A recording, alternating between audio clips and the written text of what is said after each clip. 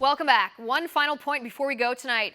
Dear Mr. President, what a perfect time of year for you to nominate a new justice to the Supreme Court as our country gears up for Independence Day this week, celebrating 242 years of life, liberty, and the pursuit of happiness. Mr. President, we the people want a conservative Supreme Court justice, the likes of Justice Antonin Scalia, in the mold of the great Justice Clarence Thomas.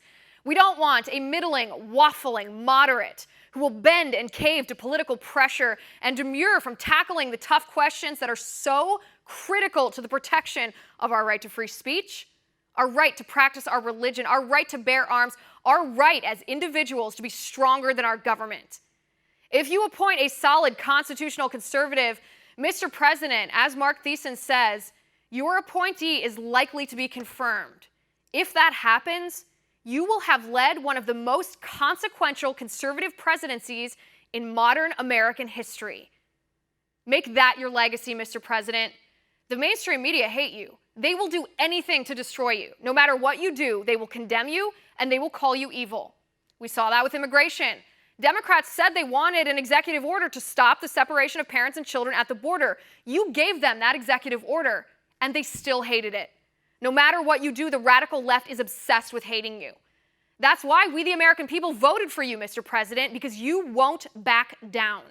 You won over millions of Americans who believed you would defend the principles on which our nation was founded. This is your chance. Senator Susan Collins is not a moderate. She says she cares about precedent, but she doesn't. She cares about abortion. Senator Susan Collins voted against the partial birth abortion ban in 2003. She voted to allow abortionists to snip babies' spinal cords and suck out their brains just as long as the babies weren't fully out of the birth canal. The left says abortion is a constitutional right, but it's not. Our Constitution protects the inherent, unalienable right of all people to life. The majority of the American people think abortion is immoral. 80% of women think late-term abortion should be outlawed.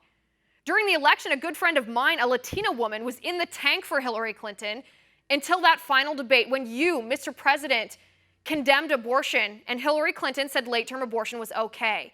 This is your chance to do that again. Protect our Constitution, protect the unborn, protect our rights.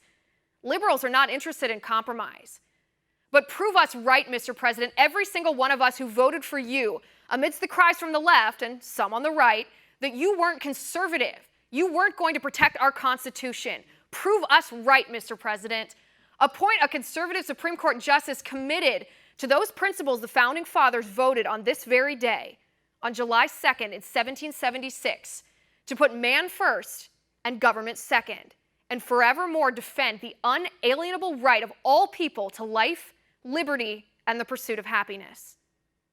And that's my final point. You can reach me on Twitter at Liz_Wheeler. If you liked the show, please send me an email at oann.com/contact. In the meantime, catch us here tomorrow at 9 p.m. Eastern. And until then, have a good night.